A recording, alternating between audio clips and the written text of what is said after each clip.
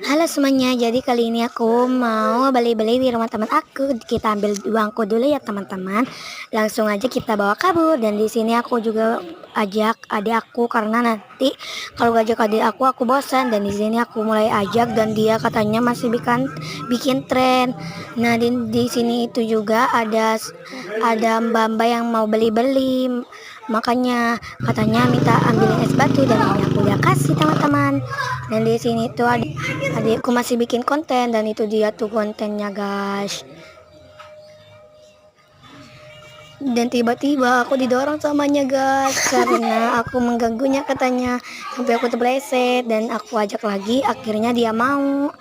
Dan itu dia, ini adikku udah mandi dan ini lanjutannya pakai baju ya guys.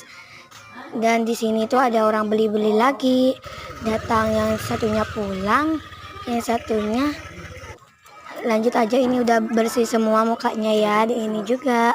Dan ini sih, dan aku pamitan ke mama aku. Dan lanjut aja kita jalan teman-teman. Nah di situ itu lewat ada pemandangan yang indah banget tuh. Anginnya sepoi-sepoi juga teman-teman. Dan ini si bocil, si bocil lagi kenyamanan. Si bocil nyalam banget guys karena katanya indah banget.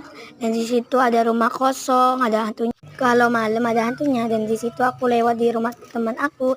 Dan di sini ada buah belondong yang banyak banget. Itu teman mama aku guys. Tuh banyak banget, itu bisa dimakan nanti di bawahnya ya guys.